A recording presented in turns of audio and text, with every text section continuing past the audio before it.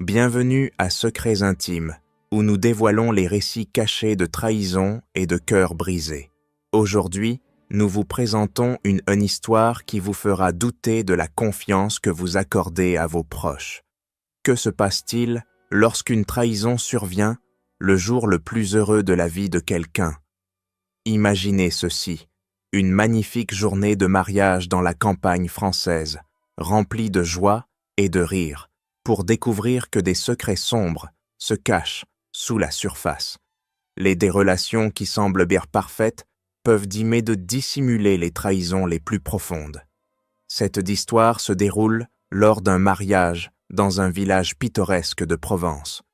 Pierre, un étudiant en master de 35 ans, assiste au mariage des amis proches de sa petite amie, Claire et Marc. Tout semble parfait, mais Pierre découvre bientôt que Sophie, sa petite amie, l'a trahi de la manière la plus inimaginable. Sophie a trompé Pierre avec Marc, le marié, le jour même du mariage. Cette trahison bouleverse Pierre, le laissant naviguer dans le tumulte émotionnel et décider comment affronter la situation. Quand l'amour se transforme en trahison et que la confiance est brisée, les conséquences sont inimaginables. Pierre, 35 ans, est un étudiant en master dévoué à Paris. Il accorde une grande importance à la confiance et à l'honnêteté, des qualités qu'il considère comme les bases de toute relation solide. Il a rencontré Sophie, 33 ans, il y a quelques années, lors d'une soirée trivia dans un bar parisien. Sophie, ancienne enseignante, aspire à devenir influenceuse trivia. Son intelligence et son charisme ont captivé Pierre, et leur amour partagé pour le trivia a solidifié leur lien. Claire, la meilleure amie de Sophie depuis le lycée, se marie avec Marc, son amour de lycée. Le mariage a lieu dans un village pittoresque de Provence, entouré de champs de lavande et de maisons en pierre. Pierre et Sophie se rendent en Provence pour assister à cette joyeuse occasion. Claire et Marc sont ensemble depuis des années. Leur histoire d'amour est une de ces rares histoires de lycéens amoureux qui ont défié les obstacles. Lors du mariage, Pierre remarque Sophie et Marc en pleine conversation sérieuse. Au début, il écarte cela comme du stress pré-mariage ou une discussion entre vieux amis. Cependant, au fur et à mesure que la nuit avance, Pierre ne peut se débarrasser du sentiment que quelque chose ne va pas. Des soupçons grandissent lorsqu'il voit Sophie envoyer constamment des messages sur son téléphone, son comportement changeant à chaque fois qu'elle regarde l'écran. Les festivités du mariage continuent, mais l'esprit de Pierre est embrumé par le doute. Il décide de surveiller Sophie, espérant que ses soupçons sont infondés.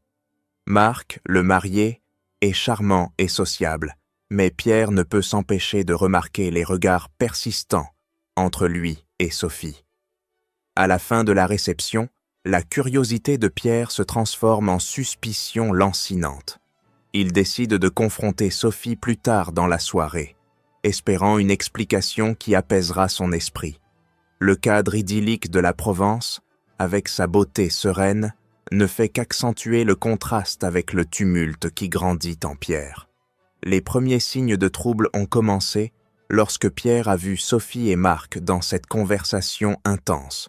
Il a essayé de l'ignorer, attribuant cela au stress du mariage ou à une profonde conversation entre vieux amis. Mais plus il observait, plus il remarquait les signes subtils que quelque chose n'allait pas. Les messages constants de Sophie sur son téléphone, ses regards furtifs et la manière dont son comportement changeait à chaque message n'ont fait qu'alimenter les soupçons de Pierre. Il ne pouvait se défaire du sentiment qu'il y avait plus dans leur conversation que ce que Sophie laissait entendre. Une nuit, de retour dans leur chambre d'hôtel, Pierre décida d'aborder ses préoccupations. « Sophie, j'ai remarqué que tu parlais beaucoup avec Marc aujourd'hui. Tout va bien ?» demanda-t-il, essayant de garder un ton détendu. « Oh, ce n'était rien !» répondit Sophie rapidement, trop rapidement. Marc était juste un peu nerveux à propos du mariage, tu sais comment c'est. Pierre acquiesça, mais à l'intérieur, Il sentait un nœud se resserrer. Son explication ne lui semblait pas correcte, surtout en considérant les expressions sérieuses qu'il avait vues sur leur visage. Il décida d'enquêter davantage. Cette nuit-là, tandis que Sophie dormait, Pierre prit une profonde inspiration et prit son téléphone. Ce n'était pas la première fois qu'il faisait cela. Des soupçons antérieurs l'avaient poussé à vérifier son téléphone 2 fois auparavant, sans rien trouver. Il espérait que cette fois-ci ne serait pas différente, mais en faisant défiler ses messages, son cœur s'effondra. Là, il y avait une série de messages entre Sophie et Marc, commençant par Sophie demandant si elle pouvait passer, et Marc répondant avec un emoji d'yeux. En lisant, le contexte de leur conversation devint douloureusement clair. Ils s'étaient rencontrés dans la chambre de Marc plus tôt dans la journée, sous prétexte de préparatifs de mariage. Mais leur message révélait une autre histoire, celle de trahison et de rencontres interdites. Les mains de Pierre tremblaient de rage en lisant les détails explicites de leur interaction. Son esprit était envahi par des pensées de trahison, de colère et de chagrin. Il prit des captures d'écran des messages incriminants, sachant qu'il avait besoin de preuves pour la confrontation qui suivrait inévitablement. Le lendemain matin, Pierre pouvait à peine regarder Sophie sans ressentir une vague de colère et de trahison. Il décida de la confronter ce soir-là, déterminé à obtenir la vérité. Le village pittoresque de Provence, autrefois un symbole de romance et de beauté, semblait maintenant être le décor de son cauchemar personnel. Le moment de vérité arriva ce soir-là dans leur chambre d'hôtel. Pierre avait été distant toute la journée, et Sophie l'avait remarqué. Alors qu'il se préparait pour se coucher, le cœur de Pierre battait avec un mélange de crainte et de détermination. Il ne pouvait pas laisser cette trahison passer inaperçue. « Sophie, nous devons parler, » dit Pierre, sa voix ferme mais calme. Sophie leva les yeux, sentant la gravité dans son ton.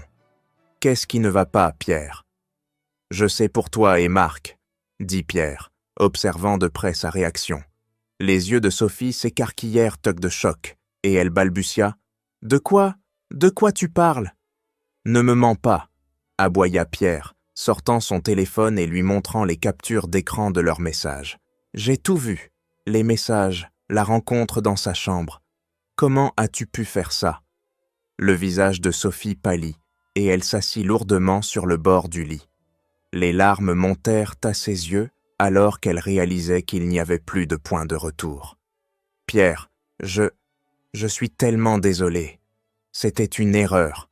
Je ne sais pas ce que je pensais. » La colère de Pierre flamboya. « Une erreur ? Tu crois que trahir ma confiance avec Marc le jour de son mariage est une simple erreur. Tu n'as aucune idée de combien ça fait mal. » Sophie sanglota. « Je sais, j'ai tout gâché. Je ne voulais pas que ça arrive. S'il te plaît, laisse-moi t'expliquer. » Pierre croisa les bras, la mâchoire serrée. « Très bien, explique. » Sophie prit une profonde inspiration, luttant pour se composer. Marc et moi, nous étions proches au lycée, et il y avait toujours cette tension non résolue entre nous. Quand nous nous sommes retrouvés au mariage, tout est revenu à la surface. Je sais que c'était mal, mais c'est arrivé si vite, je n'ai pas réfléchi. Pierre secoua la tête, incrédule. Donc, tu as décidé de céder à d'anciens sentiments de lycée et de trahir à la fois moi et ta meilleure amie, le jour de son mariage? Les larmes de Sophie coulèrent librement maintenant. J'étais faible. Je sais que ce n'est pas une excuse, mais c'est la vérité. Je regrette plus que tout. L'impact sur les autres fut immédiat. Claire, la nouvelle épouse de Marc, fut dévastée en l'apprenant. Son mariage de rêve se transforma en cauchemar, et sa confiance en Marc fut brisée. La dissolution de son mariage avec Marc fut rapide et douloureuse. Pierre ressentit un mélange de colère et de tristesse. Il avait aimé Sophie profondément, mais sa trahison l'avait coupé jusqu'à l'os. En la regardant, pleurant sur le lit, il réalisa que leur relation ne serait jamais plus la même. « Je ne peux pas continuer, Sophie, dit Pierre calmement, je ne peux pas rester avec quelqu'un qui pourrait me faire ça. Les sanglots de Sophie s'intensifièrent, mais elle ne protesta pas. Au fond d'elle, elle savait que Pierre avait des raisons. Leur relation était irréparable. Le lendemain matin, Pierre fit ses valises et quitta l'hôtel. Il avait besoin de temps et d'espace pour digérer tout ce qui s'était passé. Le beau village de Provence, autrefois ressenti comme une échappatoire romantique, semblait maintenant entaché par la trahison qu'il avait découverte. Le trajet de retour à Paris fut long et rempli de tourments émotionnels. Pierre essayait de donner un sens à tout ce qui s'était passé. Il savait qu'il devait rompre avec Sophie, mais le poids de la trahison et son impact sur tous ceux impliqués rendait la situation difficile à comprendre. En arrivant chez lui, Pierre appela Claire. Il avait hésité à lui révéler la vérité, mais finalement, il décida qu'elle méritait de savoir. Après tout, elle était la plus directement affectée par la trahison de Marc. « Claire, c'est Pierre, » dit-il lorsqu'elle répondit. « Je dois te parler de quelque chose d'important. » La voix de Claire était tremblante. « Qu'est-ce qu'il y a, Pierre ?» Il prit une profonde inspiration et raconta les événements depuis ses soupçons jusqu'à la découverte des messages entre Sophie et Marc. Il omit les détails explicites, mais rendit clair que Marc avait été infidèle le jour de leur mariage. Il y eut un long silence de l'autre côté de la ligne.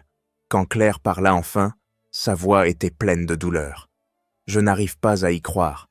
Comment ont-ils pu nous faire ça ? » « Je suis tellement désolé, Claire, » dit Pierre, le cœur lourd pour elle. « Je pensais que tu devais savoir. » Claire le remercia pour son honnêteté et raccrocha, laissant Pierre avec un mélange de soulagement et de tristesse. Il avait fait ce qu'il fallait en lui révélant la vérité, mais les retombées étaient inévitables. De retour à Paris, Pierre dut affronter ses propres défis. Mettre fin à sa relation avec Sophie était douloureux, mais nécessaire. Il ne pouvait pas rester avec quelqu'un qui avait trahi sa confiance si profondément. Sophie déménagea, emportant ses affaires et laissant Pierre avec un sentiment de vide. La présence en ligne de Sophie prit également un coup. L'histoire de son infidélité se propagea rapidement, ternissant sa réputation d'influenceuse trivia. Ses followers, autrefois loyaux et soutenants, se retournèrent contre elle. La trahison affecta non seulement sa vie personnelle, mais aussi ses aspirations professionnelles. Pierre, quant à lui, lutta contre des conflits internes. Il remit en question son propre jugement et se demanda comment il avait pu manquer les signes. Le dilemme moral de savoir s'il devait exposer l'affaire à Claire pesait lourdement sur lui, mais il savait qu'il avait pris la bonne décision. Malgré les tentatives de Sophie pour se réconcilier, Pierre resta résolu. Il ne pouvait pas pardonner sa trahison, et tout effort pour réparer leur relation semblait futile. Les dégâts s'étaient été trop importants, et la confiance avait été irrémédiablement brisée. Pendant cette période, Pierre apprit davantage sur l'impact sur la vie de Claire. Elle lui confia que sa famille, surtout ses proches de bikers, étaient hièrement furieux contre Marc. La trahison avait non seulement brisé son cœur, mais aussi causé une rupture au sein de sa famille.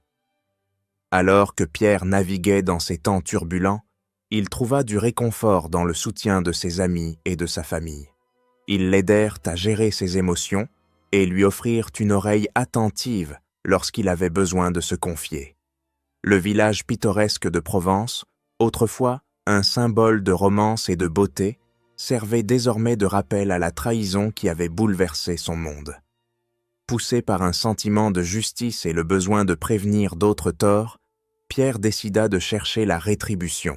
Il ne pouvait pas laisser Sophie et Marc s'en tirer sans affronter les conséquences. Sa motivation était claire, exposer la vérité et les tenir responsables de leurs actions. Pierre conçut un plan pour ternir davantage la réputation en ligne de Sophie. Il savait que sa carrière d'influenceuse trivia était importante pour elle, et il voulait s'assurer que sa trahison ne passe pas inaperçue. Il engagea quelqu'un pour l'aider à répandre l'histoire sur les réseaux sociaux, utilisant les captures d'écran qu'il avait prises comme preuve. Le plan était simple mais efficace. La personne engagée, se faisant passer pour un follower concerné, commença à publier les captures d'écran et à partager l'histoire sur diverses plateformes de médias sociaux. La nouvelle se répandit rapidement, et les followers de Sophie furent outrés. La trahison devint un sujet de discussion brûlant, et la présence en ligne de Sophie fut inondée de commentaires négatifs et de réactions hostiles. Alors que la campagne gagnait en ampleur, Sophie eut de plus en plus de mal à maintenir son persona en ligne. Elle tenta de désactiver les commentaires et de limiter son exposition, mais les dégâts étaient déjà faits. Sa réputation d'influenceuse de confiance était en ruine et elle perdit une grande partie de ses followers. En exécutant son plan, Pierre rencontra plusieurs obstacles. Il y eut des moments où il remit en question ses actions, se demandant s'il n'allait pas trop loin. Le fardeau émotionnel de la situation pesait lourdement sur lui, et il devait se rappeler pourquoi il faisait cela, pour s'assurer que Sophie et Marc affrontent les conséquences de leur trahison. Le point de non-retour fut atteint lorsque l'histoire atteignit un public plus large, y compris les médias. Des articles et des billets de blog commencèrent à émerger, détaillant le scandale et ses répercussions. La carrière de Sophie était effectivement terminée, et elle décida de quitter Paris pour échapper au constant déluge de négativité. Pierre en profita également pour informer Claire de la campagne sur les réseaux sociaux. Il voulait qu'elle sache qu'il faisait tout son possible pour exposer la vérité et s'assurer que ceux qui les avaient trahis en perdent les conséquences. Claire était reconnaissante des efforts de Pierre et appréciait sa détermination à chercher justice. Le lien entre eux se renforça alors qu'ils se soutenaient mutuellement dans ces moments difficiles. Les semaines passèrent et les conséquences des actions de Pierre commencèrent à se manifester pleinement. La présence en ligne de Sophie, autrefois florissante, n'était plus que l'ombre d'elle-même. Elle avait quitté Paris, incapable de faire face à la barrage constant de négativité et à la perte de sa carrière. Ses rêves de devenir une influenceuse trivia étaient anéantis. Marc, lui aussi, fit face à des conséquences sévères. Claire, dévastée par la trahison, mit rapidement fin à leur mariage. La réputation de Marc parmi ses amis et sa famille fut irrémédiablement endommagée. Les proches des bikers de Claire, loyaux et protecteurs, décidèrent de confronter Marc au sujet de ses actions. Bien qu'ils ne les blâmaient pas physiquement blessés, leur présence fut suffisamment intimidante pour que Marc réalise la gravité de ses erreurs. Pour Pierre, les retombées de sa vengeance apportèrent un mélange d'émotions. D'une part, il ressentait un sentiment de justice, sachant que Sophie et Marc payaient pour leur trahison. D'autre part, il ne pouvait ignorer le fardeau émotionnel que cela lui avait imposé. La satisfaction de la vengeance était douce, amère, éclipsée par la perte de la relation qu'il avait autrefois chérie. Des conséquences inattendues émergèrent alors que l'histoire continuait de se répandre. L'implication de Pierre dans l'exposition de Sophie et Marc fit de lui une figure mineure en ligne, certains applaudissant ses actions et d'autres le critiquant pour avoir cherché la vengeance. Il se retrouva à naviguer dans une nouvelle réalité où sa vie personnelle était devenue un sujet de discussion publique. Pierre réfléchit également aux leçons qu'il avait apprises à travers cette épreuve. La trahison lui avait enseigné l'importance de la confiance et la douleur que cela infligeait lorsqu'elle l'était brisée. Il réalisa que la vengeance, bien que momentanément satisfaisante, ne guérissait pas les blessures laissées par l'infidélité. C'était un baume temporaire pour une douleur plus profonde qui prendrait du temps à cicatriser. Malgré la complexité de ses émotions, Pierre ressentit un sentiment de clôture. Il avait fait ce qu'il croyait juste, même si le chemin avait été difficile. Il commença à se concentrer sur la reconstruction de sa vie, tirant de la force de ses expériences et du soutien de ses amis et de sa famille. Claire, elle aussi, commença à guérir. Avec le soutien de sa famille, elle entreprit de se reconstruire, trouvant du réconfort dans ses passe-temps et son travail. Le lien entre elle et Pierre se renforça, enraciné dans des expériences partagées et un soutien mutuel. Ils comprenaient tous deux la valeur de la confiance et de l'honnêteté, et leur amitié devint une source de force l'un pour l'autre. En fin de compte, Pierre sortit de l'épreuve avec un sens renouvelé de lui-même. Il avait affronté la trahison de front, cherché la justice et appris des leçons précieuses sur l'amour et la confiance. Bien que les cicatrices du passé demeurent, il était déterminé à aller de l'avant, plus sage et plus résilient qu'avant. Avez-vous déjà fait face à une trahison? Comment avez-vous géré la situation? Partagez vos pensées et expériences dans les commentaires ci-dessous. Vos histoires et vos perspectives pourraient aider d'autres personnes à surmonter leurs propres défis. Ne manquez aucune histoire choquante de secrets intimes. Abonnez-vous maintenant et activez les notifications pour ne pas manquer les révélations percutantes sur la trahison et la vengeance. Rejoignez notre communauté et restez informés des derniers récits sur l'amour, la confiance et le cœur brisé. Rappelez-vous, parfois la meilleure façon d'avancer est de brûler les ponts si complètement qu'il n'y a pas de retour en arrière possible. Jusqu'à la prochaine fois, restez vigilants et faites preuve de sagesse dans vos confiances. Merci de nous avoir rejoints sur Secrets Intimes. Nous espérons que l'histoire d'aujourd'hui vous a apporté des perspectives sur les complexités des relations et les conséquences de la trahison. À la prochaine épisode.